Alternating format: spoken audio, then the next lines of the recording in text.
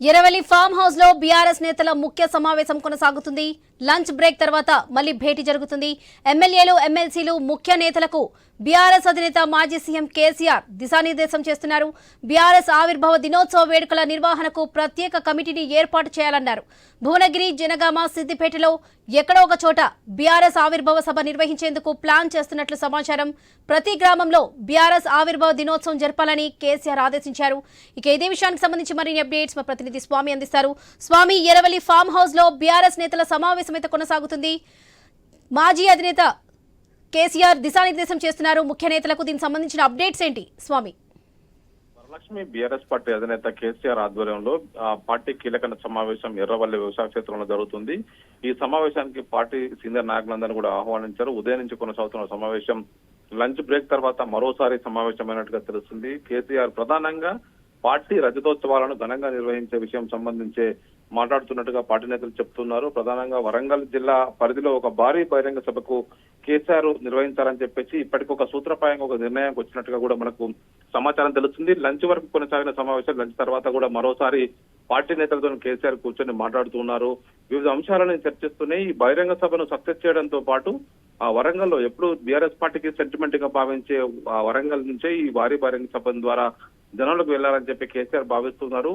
ఆ ప్రభుత్వం అంటే ఈ కేసీఆర్ అధికారం కోల్పోయిన తర్వాత, బీఆర్ఎస్ పార్టీ ఓడిపోయిన తర్వాత, కాంగ్రెస్ పార్టీ అధికారంలోకి వచ్చిన తర్వాత వరంగల్ నుంచే రద్దు డిక్లరేషన్ పెట్టి పెద్ద ఎత్తున హామీలు గుప్పించింది. అక్కడి నుండే బీఆర్ఎస్ పార్టీ మరోసారి భారీ బహిరంగ సభను ఏర్పాటు చేసి ఇటు కాంగ్రెస్ పార్టీని ఎండగట్టాలని చెప్పేసి ప్రయత్నం చేస్తుంది. అందులో భాగంగానే ఈ ఆవిర్భావ దినోత్సవానికి బీఆర్ఎస్ పార్టీ రజతోత్సవాలను రాష్ట్ర వ్యాప్తంగా ఘనంగా నిర్వహించాలి. గ్రామాన కూడా పార్టీ జెండా ఎగరవేయాలి. అప్పటి వరకు పార్టీ మెంబర్షిప్ డ్రైవ్ నిర్వహించాలి. మెంబర్షిప్ డ్రైవ్ తో పాటు గ్రామ స్థాయి నుంచి రాష్ట్ర స్థాయి వరకు కమిటీలను పూర్తి చేసుకుని పార్టీని క్షేత్రస్థాయిలో బలోపేతం చేసుకుని ముందుకు వెళ్లాలని చెప్పేసి భావిస్తున్నారు. ఈ అనేక అంశాలని కేసీఆర్ పార్టీ నేతలతో కూడా మాట్లాడుతున్నట్టుగా మనకు సమాచారం అందుతుంది. అందులో భాగంగానే ఈ వరంగల్ బహిరంగ సభను సక్సెస్ చేయడం కోసం దాదాపుగా లక్షలాది మందితోని భారీ బహిరంగ సభను సక్సెస్ చేయడం కోసం ప్లాన్ చేస్తున్నారు. గ్రామాన పార్టీ ఆవిర్భావ దినోత్సవం నిర్వహించుకొని అదే రోజు బహిరంగ సభను రావాలని చెప్పేసి మనకు కేసీఆర్ చెప్తున్నట్టుగా తెలుస్తుంది. ఈ బహిరంగ సభ కోసం పార్టీ కేంద్ర నేతలతో కూడా కేసీఆర్ మాట్లాడుతున్నారు.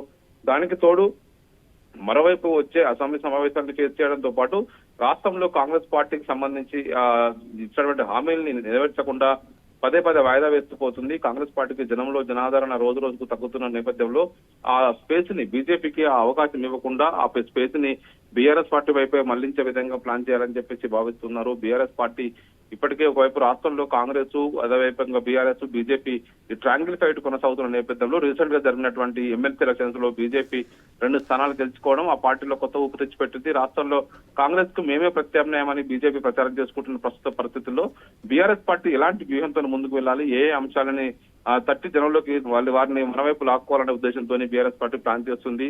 ఇప్పుడున్న పరిస్థితుల్లో అనేక హామీలు ఇచ్చినటువంటి కాంగ్రెస్ పార్టీ జనంలో పరిచయమైంది కాబట్టి ఆ స్పేస్ ని బీఆర్ఎస్ వైపే లాక్కునే విధంగా ప్రయత్నం చేయాలి. వచ్చే లోకల్ బాడీ ఎలక్షన్ నాటికి పార్టీని స్ట్రెంథెన్ చేయాలి. ఈ సంవత్సరం పాటు పార్టీ రజతోత్సవాలని అత్యంత ఘనంగా నిర్వహించాలని చెప్పేసి పార్టీ నేతలతో కేసీఆర్ చెప్తున్నట్టుగా తెలుస్తుంది. వరలక్ష్మి.